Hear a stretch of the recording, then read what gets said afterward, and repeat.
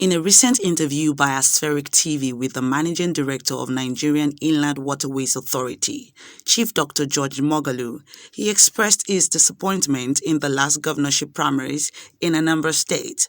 According to him, the people who came to exercise their franchise were not allowed to. The primaries was cancelled and results were announced. He noted that the primaries should be conducted in Anambra State and an opportunity should be provided for people of Anambra of APC extraction to choose who will represent them and their interest. He stated that the right thing should be done. If not, the party will be endangered. Actually, we're not rejecting the outcome. We're saying there was no election. There's something not... if there was an act, then you'd be in a position to describe it. In this instance, there was no election in the 326 wards in the state. The primaries didn't take place. Our people got mobilized. Everybody came out to exercise their franchise. To our greatest disappointment, materials were not delivered to any of the polling points that's within the ward. But most unfortunately, the committee headed by a sitting governor, that is the most disappointing aspect of it, came out in the middle of the night to announce in a live broadcast on Facebook results. They sat down to write, to concoct, and then wanting us to accept it as a result of an election, or for us to say that there was an election. It is just not about me, it's not about us, it's about those who follow us. It's about APC as a party. It's about Anambra State as a state. Alright? So no elections took place within the Anambra State as it affects the APC and the proposed primaries. So that's why we said, come and do the primaries, because you have not done the primaries. And it is only when you have done the primaries that you can have results, that somebody can be elected. Somebody who has the confidence of Anambra State people. Somebody the party members want to represent them, because you, who is going to be elected, is a representative of a people. It's not about you this time around, it's about the people. But sad enough, we are very, very worried that we may even not have a candidate at all if we keep doing what we are doing, because the rules must be followed. These are guidelines we made by ourselves, for ourselves. It's not any external thing. We set down rules as a party. There are operational guidelines. APC, this is not the first election APC is conducted. So the operational guidelines set out by us, accepted by us. And then in the course of implementing it, we refuse to do that. And then we're looking for who to blame. The important thing here is that we want primaries to be conducted in Anambra State. We want an opportunity provided for people of Anambra State of APC extraction to choose who will fly the party's flag, who will represent them and their interests.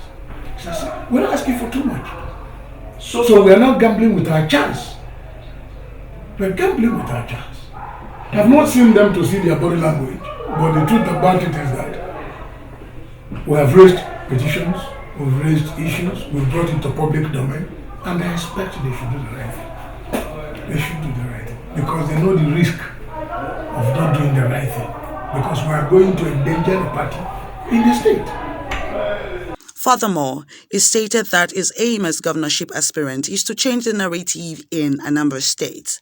He commented that there is a disconnect between the governed and the governing in Anambra State, and his first assignment is to do everything possible to restore the people's confidence in their government. There's quite a lot, like I said even before we started the campaign, that by coming into the race and winning the election, that I will change the narrative in Anambra State.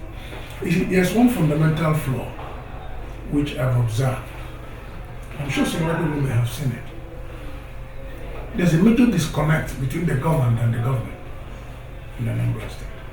And that's why I keep saying that my first assignment is to do everything humanly possible to restore the confidence of the people in their government. To get them to be part of what is happening, to get them to understand that government is their own. You have to win back their confidence. And you can only do this by When they look at your antecedent, when they look at who you are, when they look at the process that threw you up, when they look at your promises to them, and they look at your track record, whether you're a promise keeper or you're just one who makes promises. These are issues. So when they see that there is sincerity of purpose in your vision, in your action, then when they key into the government, a lot of work will be solved. I agree infrastructural development is very strong because not only does it help building the economy, it also provides the enabling environment for industry to grow. But at the same time also, human capital development for me is key. All right, so you need to get the people to understand who they are. You need to get them to key into government. You need to win their confidence so that we can now grow from there. When I say change the narrative, there's quite a lot of things the governments of the past, including this of the present, have done that I will not do like them. I have a way of, I would like to look at them from different perspectives.